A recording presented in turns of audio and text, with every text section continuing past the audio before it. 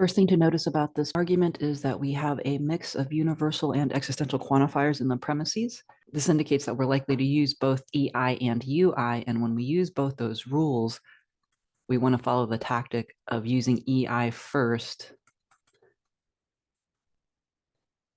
before UI.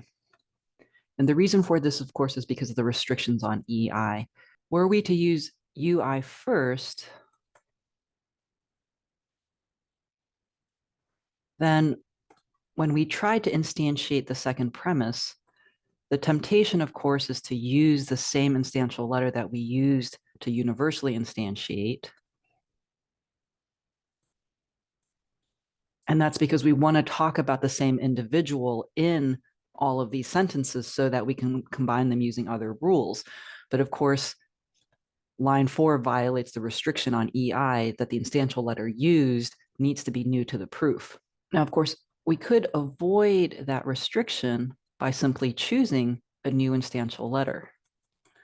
But if we do that, while line 4 is now correct, we end up getting stuck later on in the proof because we're going to try to want to derive that A is a B from lines 3 and 5 using modus ponens. We want to make sure that when we use sentences together that we actually are talking about the same individual, or in syntactic terms, that we have exact matches for not just predicate letters, but also for individuals.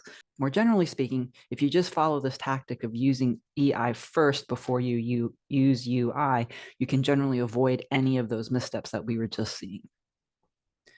The second thing to notice that we have already actually gone through is just that the proof is probably basically a modus ponens proof. And finally, because our conclusion is an existential generalization, most likely we're going to look for an instance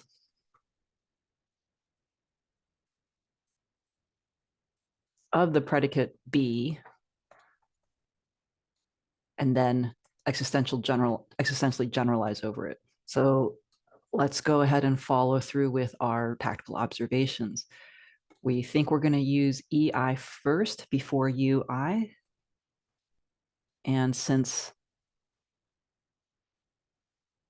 there are no constants at all in the proof yet, we are free to choose any instantial letter, in fact.